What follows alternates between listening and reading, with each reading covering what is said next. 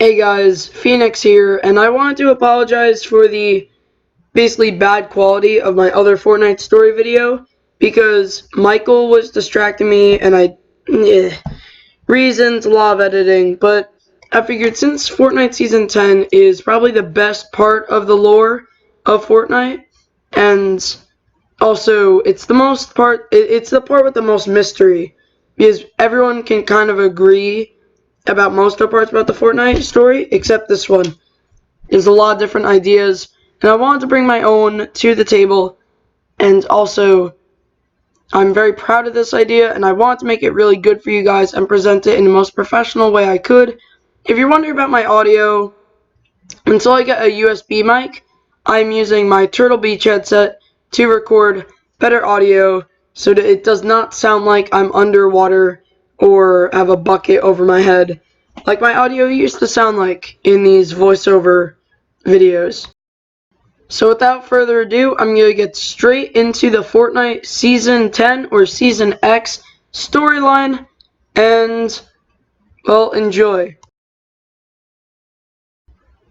After the final battle event, which was the event between the monster and the mech in Season 9, the Nexus Orb from the vault was now open in, the Fortnite battle, like the real world, I guess you could say. And it was becoming unstable. Now, the visitor, it sent a surge of energy, and the visitor came back inside of the meteorite, and he started getting to work in Dusty Depot in the farthest. If you look at the farthest, warehouse kind of from the meteor, that is where the visitor got to work. So it seems that the visitor's plan was to find a way to send entire locations back in time so he can send the villain layer's location back in time to where the rocket was fully intact so he could fix the error that he made and could finally escape the Fortnite Battle Royale island. So he starts testing out this new technology on Neo Tilted, and it turns into Tilted Town because it goes way too far back in time, basically showing us what Tilted Towers looked like in the Wild West, and teleporting the location back in time. He tried out his technology, or Rift Beacons. He tried out a Rift Beacon on Retail Row, sending it back to the Fortnite Mares event, where zombies roamed the Fortnite map. The next Rift Beacon brings us back to a place where I used to always drop at, in Season 5, and it was really sad because this Rift Beacon had some sort of error, and it deleted the whole location. Now, I have a couple ideas for what happened. So, number one, this is basically the returning computer virus. Now, I think that the visitor, there's some sort of computer virus that is going throughout all of his tech. We know that his rocket in Season 4 failed because of some sort of computer virus. The mechs now, which, yes, are the visitor's technology, they have his logo on it. The mechs now are blowing up on impact, and we know that this is because of some sort of computer virus that is in the Fortnite story. It's not glitch in the game, it's actually in the story. So I'm thinking this could be that same computer virus, or maybe he made this Rift Beacon go to another dimension, and this is what this location looks like after the monster destroyed it. I don't really think that's the case, but that would be interesting as well. With the charge of energy that the Nexus Orb gave out in the beginning of Season 10, not only did it bring back Dusty Depot and that part of the map, but it also brought alternate versions of some of our favorite Fortnite characters. There's Catalyst, who's the alternate version of Drift. There's Yonder, who's the alternate version of DJ Yonder. And there's the Scientist, who is one of the alternate versions of the Visitor. And I know I skipped over a lot of them. Basically, every single skin that you see in the Battle Pass is a alternate reality of, like, a skin. every skin that's in the Battle Pass is like an alternate version of skins from previous Battle Passes, and those skins are from other dimensions. And we know that there's actually 7 variants or versions of the Visitor from other dimensions, and they're all working together. And we know this from the Visitor's voice lines in the tapes in the overtime challenges, which I will go over because they're really cool and they give a lot of little bits of story to Season 10.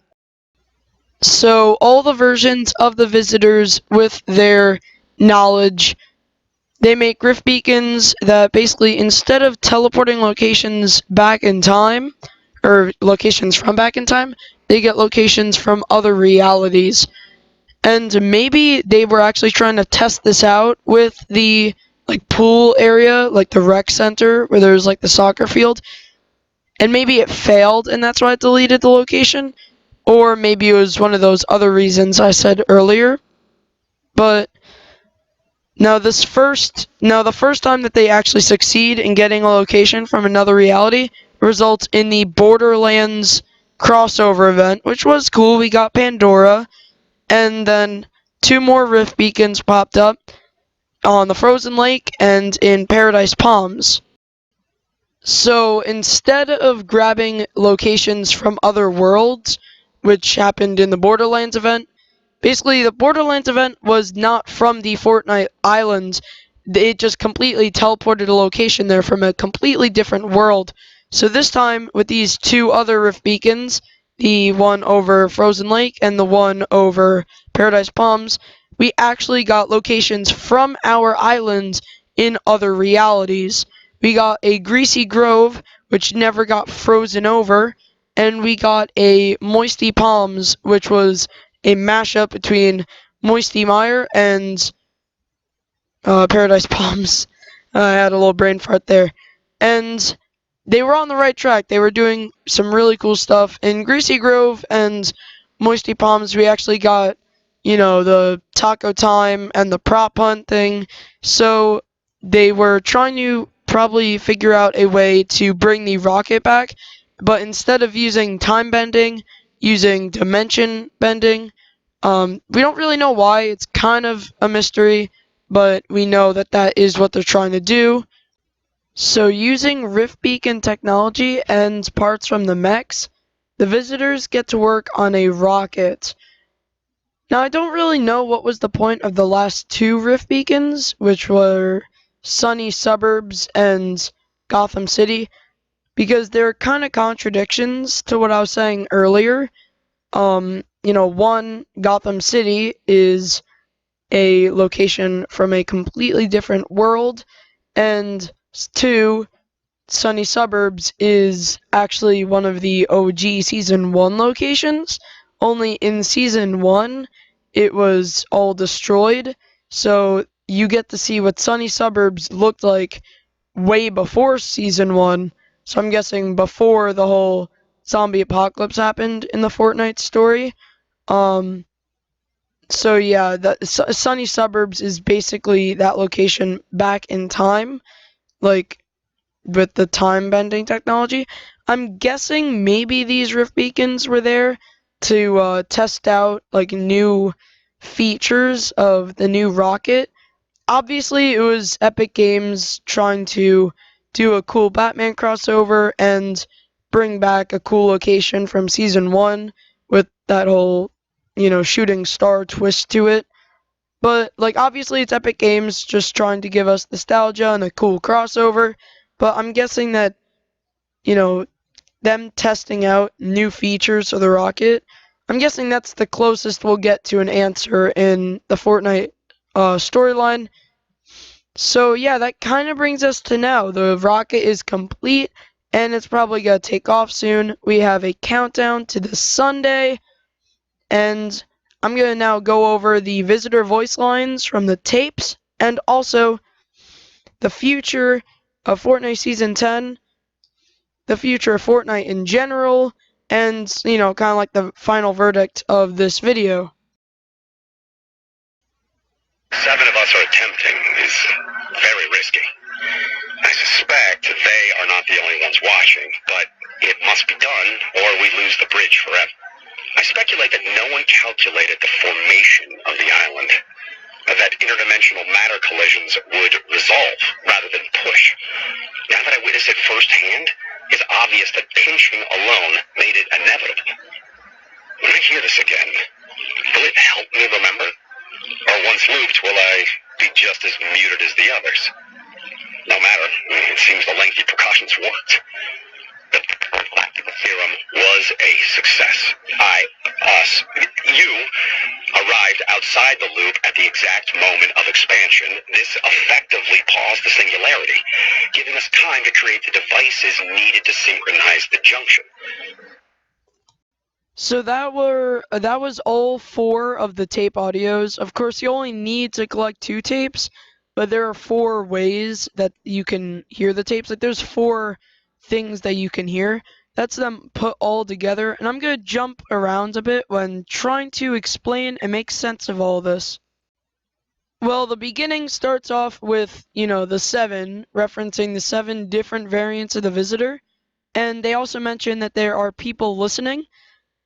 And they say, or the visitor later on, he says, or we'll be like silenced like the others. So I'm imagining that the enforcers, which are sort of like time police, I'm imagining that they are after the visitor and are trying to silence what he's saying. We used to think that they were heroes trying to fix the map from like the rift that was like shifting everything around. Now I'm thinking that they might actually be villains trying to suppress what people are saying.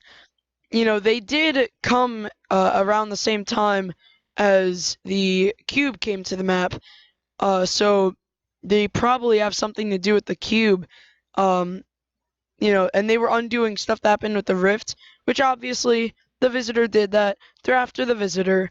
That's probably, yeah. But anyways, I don't know what I was gonna say, but towards the end, he says something about pausing the singularity and escaping something, or like escaping a loop or something. And I think that this is, what caused basically the pause in the meteor falling, the pause in the Nexus orb. And I think that this is actually the scientist talking to the visitor, because he says, he says me, I, you, basically implying that he is talking to the visitor and knows, or he's making this tape for all of the other versions of the visitor, that I'm guessing, since one is the scientist, all of them specialize in different things. So this is the voice of the scientist talking to the rest of the visitors, the rest of the 7. So we know that the name of the next live event is going to be The End, and considering there's the Nexus orb that's about to blow, there's the meteorite, there's all this stuff that's about to, happen in the islands, I think that this is the end of our beloved Fortnite map. And that's gonna be sad. It really is gonna be sad to see it go. So I'm gonna be doing some last videos here. I am interested to see what Season 11 has in store. I don't think that Fortnite's gonna get crazy again until like Season 12 or Season 13. I think that Fortnite's gonna give us a little bit of a break. Maybe the live event in Season 11 is gonna be more along the lines of like, the Marshmallow concert or something that's not like big and cosmic, like how Fortnite has been since after Season 3. So yeah, that's basically the final verdict of this video. People are saying that the rocket is gonna go inside the Nexus orb and escape, also causing the Nexus orb to blow up, causing a cataclysm, like the island to just blow up and teleport us to a new island. And it's gonna be sad, but I will see you guys later, as it's a sad week and a hopeful week for all of us Fortnite fans. And I'll see you all later. In the far left of this picture, there's a new skin in the 7 set, and this is yet another variant of the Visitor. So now we have the Visitor, the Scientist, and I actually don't know the name of the skin, but it's a skin a lot of streamers are using right now. But we currently now have 3 versions of the Visitor that we know of out of the 7, and we'll probably get the other 4 eventually, but I just wanted to let you guys know because this video took so long to edit that this actually came out after I was done putting in, or when I was putting in all the final stuff, like the pictures, the skin was released.